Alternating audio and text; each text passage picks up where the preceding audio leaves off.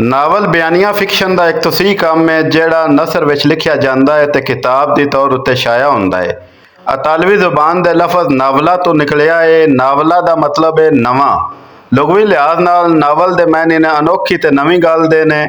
ਸਨਫ ਅਦਬ ਵਿੱਚ ਇਹਦੀ ਤਾਰੀਫ ਬੁਨਿਆਦੀ ਜ਼ਿੰਦਗੀ ਦੇ ਹਕਾਇਕ ਬਿਆਨ ਕਰਨਾ ਹੈ। ਜੇ ਨਾਵਲ ਦੀ ਜਾਮਿਆ ਤਾਰੀਫ ਕੀਤੀ ਜਾਵੇ ਤਾਂ ਉਹ ਕੁਝ ਇੱਦਾਂ ਹੋਗੀ ਕਿ ਨਾਵਲ ਇੱਕ ਨਸਰੀ ਕਿੱਸਾ ਹੈ ਜਿਹਦੇ ਵਿੱਚ ਪੂਰੀ ਇੱਕ ਜ਼ਿੰਦਗੀ ਬਿਆਨ ਕੀਤੀ ਜਾਂਦੀ ਹੈ। ਨਾਵਲ ਦੇ ਅਨਾਸਰ ਤਰਕੀਬੀ ਵਿੱਚ ਕਹਾਣੀ, ਪਲਾਟ, ਕਿਰਦਾਰ, ਮੁਕਾਲਮੇ, ਜ਼ਮਾਨੋ ਮਕਾਨ, ਅਸਲੂਬ, ਨੁਕਤਾ ਨਜ਼ਰ ਤੇ ਮੌਜ਼ੂ ਵਗੈਰਾ ਸ਼ਾਮਲ ਨੇ। ਕਹਾਣੀ ਨਾਵਲ ਦੀ ਅਸਲ ਹੁੰਦੀ ਹੈ ਜਿਹੜੀ ਕਿਰਦਾਰਾਂ, ਵਾਕਿਆਤ ਤੇ ਮਾਹੌਲ ਨੂੰ ਇੱਕ ਦੂਜੇ ਨਾਲ ਜੋੜਦੀ ਹੈ। ਪਲਾਟ ਕਹਾਣੀ ਨੂੰ ਬਣਾਉਣ ਵਾਲੀਆਂ ਗੱਲਾਂ ਨੂੰ ਤਰਤੀਬ ਦਿੰਦਾ ਹੈ ਤੇ ਕਹਾਣੀ ਚੋਂ ਜਿਹੜੇ ਕਿਰਦਾਰ ਨੂੰ ਉਹਨਾਂ ਨੂੰ ਸਮਝਾਉਂਦਾ ਹੈ। ਕਿਰਦਾਰ ਕਹਾਣੀ ਨੂੰ ਅੱਗੇ ਵਧਾਉਣ ਲਈ ਪਲਾਟ ਜਿਸ ਸ਼ਖਸੀਅਤ ਦੇ ਗਿਰਦ ਘੁੰਮਦਾ ਹੈ ਉਹਨੂੰ ਕਿਰਦਾਰ ਆਖਦੇ ਨੇ। ਕਿਰਦਾਰ ਕਹਾਣੀ ਨੂੰ ਸਮਝਣ ਵਾਸਤੇ ਜ਼ਰੂਰਤ ਹੁੰਦੀ ਹੈ। ਮੰਜ਼ਰ ਨਗਾਰੀ ਦਾ ਮਕਸਦ ਵਾਕਿਆਤ ਔਰ ਹਾਲਾਤ ਨੂੰ ਇਸ ਤਰ੍ਹਾਂ ਪੇਸ਼ ਕਰਨਾ ਕਿ ਕਿਰਦਾਰ ਦੇ ਜਜ਼ਬਾਤ, ਅਹਿਸਾਸਾਤ ਨਜ਼ਰ ਆਉਣ ਤੇ ਪੜ੍ਹਨ ਵਾਲੇ ਨੂੰ ਨਾਵਲ 'ਚ ਦਿਲਚਸਪੀ ਵਧੇ। ਨਾਵਲਾਂ ਦੀ ਕਿਸਮਾਂ। ਮਾਸ਼ਰਤੀ ਨਾਵਲ ਜਿਹੜੇ ਨਾਵਲ ਬੁਨਿਆਦੀ ਤੌਰ ਤੇ ਮਾਸ਼ਰੇ ਦੇ ਕਿਸੇ ਮਸਲੇ ਜਾਂ ਮਸਾਇਲ ਨੂੰ ਉਜਾਗਰ ਕਰਦੇ ਹੋਣ ਉਹਨਾਂ ਨੂੰ ਮਾਸ਼ਰਤੀ ਨਾਵਲ ਕਿਹਾ ਜਾਂਦਾ ਹੈ। ਵਾਕਿਆਤੀ ਨਾਵਲ ਜਿਨ੍ਹਾਂ ਨਾਵਲਾਂ ਵਿੱਚ ਪਲਾਟ ਉੱਤੇ ਜ਼ਿਆਦਾ ਜ਼ੋਰ ਹੁੰਦਾ ਹੈ ਯਾਨੀ ਜਿਨ੍ਹਾਂ ਵਿੱਚ ਵਾਕਿਆਤ ਦੀ ਭਰਮਾਰ ਹੁੰਦੀ ਹੈ ਉਹਨੂੰ ਵਾਕਿਆਤੀ ਨਾਵਲ ਆਖਦੇ ਨੇ।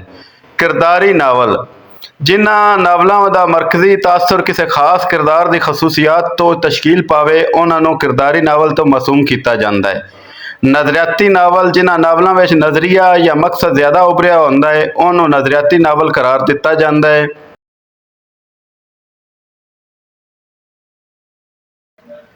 ਤਾਰੀਖੀ ਨਾਵਲ ਜਿਨ੍ਹਾਂ ਨਾਵਲਾਂ ਵਿੱਚ ਤਾਰੀਖ, ਕਿਸੇ ਖਾਸ ਦੌਰ, ਕਿਸੇ ਖਾਸ ਮਸ਼ਹੂਰ ਸ਼ਖਸੀਅਤ ਨੂੰ ਨਾਵਲ ਦਾ ਮੌਜ਼ੂ ਬਣਾਇਆ ਗਿਆ ਹੋਵੇ ਉਹਨੂੰ ਤਾਰੀਖੀ ਨਾਵਲ ਕਰਾਰ ਦਿੱਤਾ ਜਾਂਦਾ ਹੈ। ਜਾਸੂਸੀ ਨਾਵਲ ਜਿਨ੍ਹਾਂ ਨਾਵਲਾਂ ਦੀ ਬੁਨਿਆਦ ਅਨੋਖੀਆਂ ਗੱਲਾਂ, ਮਾਫੂਕੁਲ ਫਿਤਰਤ ਕਿਰਦਾਰਾਂ ਤੇ ਤਯਰ ਤਜੱਸਸ ਉੱਤੇ ਹੋਵੇ ਉਹਨਾਂ ਨੂੰ ਜਾਸੂਸੀ ਨਾਵਲ ਕਿਹਾ ਜਾਂਦਾ ਹੈ।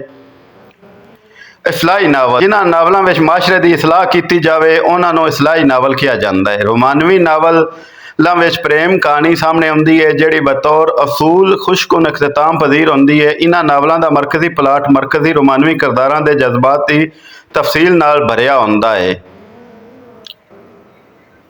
ਨਫਸਿਆਤੀ ਨਾਵਲ ਜਿਹੜੇ ਨਾਵਲਾਂ ਵਿੱਚ ਬੁਨਿਆਦੀ ਤੌਰ ਤੇ ਕਿਸੇ ਨਫਸਿਆਤੀ ਨੁਕਤੇ ਦੇ ਗਿਰਦ ਘੁੰਮਦੇ ਨੇ ਜਾਂ ਜਿਨ੍ਹਾਂ ਵਿੱਚ ਕਿਰਦਾਰਾਂ ਦੀ ਤਾਲੀਲ ਨਫਸੀ ਹੁੰਦੀ ਹੈ ਉਹਨਾਂ ਨੂੰ ਨਫਸਿਆਤੀ ਨਾਵਲ ਕਿਹਾ ਜਾਂਦਾ ਹੈ।